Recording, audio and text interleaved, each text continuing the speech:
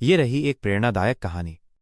एक छोटे से कस्बे में कविन नाम का लड़का रहता था। वो गरीब परिवार से था, लेकिन उसके सपने बहुत बड़े थे। उसके पिता दिहाड़ी मजदूर थे और माँ सिलाई का काम करती थी।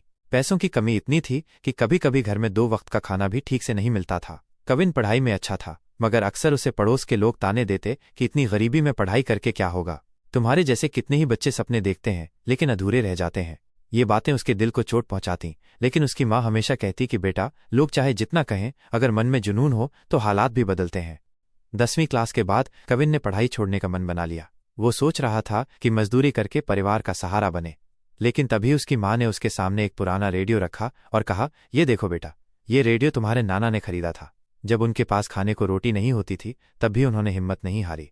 वो कहते थे कि मेहनत करने वाले की किस्मत देर से सही पर जरूर चमकती है।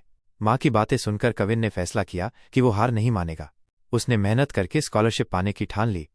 कविन ने जी जान लगाकर पढ़ाई की, लेकिन पहले ही साल में वो स्कॉलरशिप की परीक्षा में असफल हो गया। वो हताश हो गया और खुद से बोला कि शायद लोग सही कहते हैं, मेरे जैसे लड़के कभी सफल नहीं हो सकते। उसने किताबें फेंक दी और कई दिनों तक पढ़ाई नहीं की। लेकिन तभी उसका सबसे अच्छा दोस्त अर्जुन उसके पास आया और बोला, कविन, एक बार गिर जाने का मतलब हारना नहीं होता। सोचो, अगर पत्थर पर बार बार पानी की बूंद गिर सकती है और निशान बना सकती है तो इंसान क्यों नहीं कर सकता। ये सुनकर कविन के दिल में फिर से चिंगारी जल उठी। उसने फिर से तैयारी शुरू की। इस बार उसने सिर्फ पढ़ाई ही नहीं बल्कि समय का सही इस्तेमाल भी सीख लिया। वो सुबह 4 बजे उठकर पढ़ाई करता, दिन में मजदूरी भी करता और रात को माँ के साथ सिलाई में हाथ बटाता। नींद पूरी ना होती, थकावट हद से ज्यादा होती, लेकिन उसके मन में सिर्फ एक आवाज गूंजती, मुझे अपनी किस्मत बदलनी है। आखिरकार परीक्षा का दिन आया।